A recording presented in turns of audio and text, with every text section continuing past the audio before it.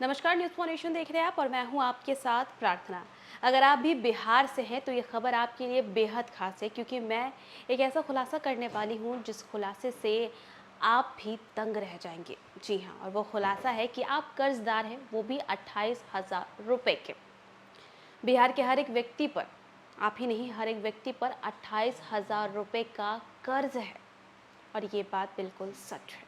अब आप तो सोच रहे होंगे कि हमने तो कोई पैसे लिए नहीं, तो फिर हमारे ऊपर कैसा कर्ज? तो बिहार के हर एक व्यक्ति पर, जो बिहार में रहता है, जो बिहार में जन्मा है, उसके ऊपर 28,000 रुपए का कर्ज है। अब ये कर्ज कैसे हुआ है, चलिए ये जानने के लिए हम आपको अपनी विस्तृत रिपोर्ट दिखाते हैं। देखिए, बिहार विधानसभा में नेता प्रतिपक्ष तेजस्वी यादव के बयान से राज्य की अर्थव्यवस्था की स्थिति यानी कि बिहार इकोनॉमिक कंडीशन पर चर्चा शुरू हो गई। उन्होंने दावा किया है कि सरकार का खजाना खाली है और वित्तीय स्थिति दयनीय हो चुकी है। उन्होंने कहा है, पेंशन वेतन के भुगतान तक के लिए आपातकालीन फंड का सहारा लेना पड़ रहा है। क्या सच में बिहार की वित्तीय स्थिति खराब है? सीएजी की रिपोर्ट और बजटीय आंकड़ों के जरिए पूरी स्थिति को समझा जाए तो वो कुछ इस प्रकार है। सबसे पहले, कमाई से ज्यादा खर्च। बिहार की अर्थव्यवस्था की सबसे दिलचस्प बात यह है कि राज्य की कमाई सीमित है और ज्यादातर राजस्व केंद्र की मदद पर निर्भर है। इसके बावजूद सामाजिक कल्याण योजनाओं पर इसका खर्च देश के कई अन्य राज्यों की तुलना में ज्यादा है। आंकड़ों के मुताबिक बिहार का राजस्व यानी कि रेवेन्यू उसकी जीडीपी का सिर्फ 7% है। फिर भी बिहार अपनी जीडीपी का 25 से 30% हिस्सा अलग अलग कल्याणकारी योजनाओं पर खर्च करता है।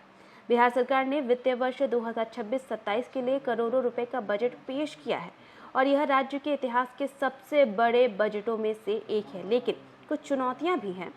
वित्तीय वर्ष 2024-25 के आंकड़ों को देखें तो बजट का एक बड़ा हिस्सा, लगभग 84%, सरकारी कर्मचारियों के वेतन, पेंशन और इसी के साथ साथ पुराने कर्जों पर ब्याज, योजनाओं और प्रशासनिक लागत में चला गया है और ये हालत अभी तक नहीं बदली है। चुनाव में भी लुभाने वाले वादे जो है वो भी मुसीबत बने हैं। अगला पॉइंट ये है। देखिए, 2025 के बिहार विधानसभा चुनाव के दौरान एनडीए ने कई लोगों को लुभाने के लिए दावे किए। इसमें मुफ्त बिजली, महिलाओं को आर्थिक मदद, पेंशन में बढ़ोतरी, 1 करोड़ रोजगार, गरीब परिवार के लिए नई योजना और इसके अलावा भी भारी निवेश जैसे कदमों ने एक अहम सवाल खड़ा कर दिया। इसके लिए पैसा कहां से आएगा, इतना तो लोग भी सोच रहे थे। मान ले कि अगर बिहार के पास 100 रुपए है तो लगभग 21% 7-8 रुपए राज्य खुद कमाता है, जबकि 45.49 रुपए केंद्र टैक्सों में राज्य के हिस्से के तौर पर मिलते हैं और लगभग 14.92 रुपए केंद्र की सब्सिडी से मिलती है।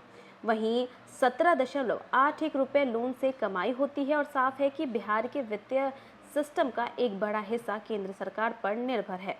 वहीं खर्चों की बात करें तो लगभग आधा यानी कि 100 रुपए में से अगर हम बात करें तो 40.55 रुपया सामाजिक योजनाओं में खर्च होता है। वहीं 28.12 रुपया सामान्य सेवाओं में और 24.39 रुपया आर्थिक सेवाओं में। वहीं 6.52 रुपया लोन चुकाने और 0.41 रुपये लोन और पेंशन जो भोगी है उनको सहायता अनुदान और जो अंशदान है उसमें 0.01 रुपये खर्च होते हैं। बिहार की जनता पर भी ये कर्ज का बोझ जो है वो है। चुनाव के बाद बिहार सरकार ने कई बड़े ऐलान किए। इन सभी वादों को पूरा करने के लिए राज्य सरकार को कर्ज लेना होगा। सीएजी रिपोर्ट के अनुसार राज्य की आबादी के हिसाब से बिहार में प्रति व्यक्ति कर्ज का बोझ लगभग 28,000 रुपए हो गया। 2024-25 फाइनेंशियल ईयर के आंकड़ों के अनुसार बिहार पर कुल कर्जा लगभग 3.74 करोड़ रुपए का था, जो कि 2026-27 फाइनेंशियल ईयर के लिए बिहार सरकार ने 72,901 करोड़ रुपए का नया कर्ज लेने का प्रावधान किया है। इसके अलावा बात करें तो ग्रीन टाउनशिप प्रोजेक्ट के लिए भी 1 लाख करोड़ रुपए तक की जो फंडिंग है उसके लिए भी HUDCO के साथ एक समझौता किया है। बताया जाता है कि यह राज्य के स्टेट डोमेस्टिक प्रोडक्ट्स यानी कि GSDP का लगभग 39% है। यानी कि अगर बिहार की अर्थव्यवस्था 100 रुपये की होती है तो उस पर कर्ज लगभग 39 रुपये का होता है। बिहार की अर्थव्यवस्था तेजी से बढ़ रही है, लेकिन कई राष्ट्रीय सूचांकों में बिहार सबसे निचले पायदान पर रहने वाले राज्यों में शामिल है। गरीब सबसे बड़ी चुनौती है। आंकड़ों के मुताबिक राज्य की लगभग 33.70% आबादी गरीब की श्रेणी में आती है। वही बात करें अगले पॉइंट की, तो वो है केंद्र पर आपकी निर्भरता ज़्यादा है।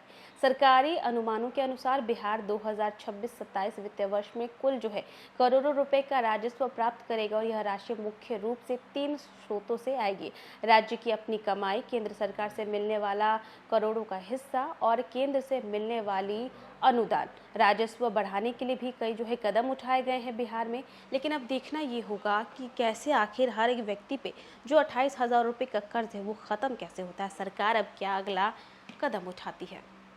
तो फिलहाल इस खबर में बस इतना ही। न्यूज़ फॉर नेशन पे खबरों का सिलसिला लगातार जारी रहेगा। तब तक के लिए नमस्कार।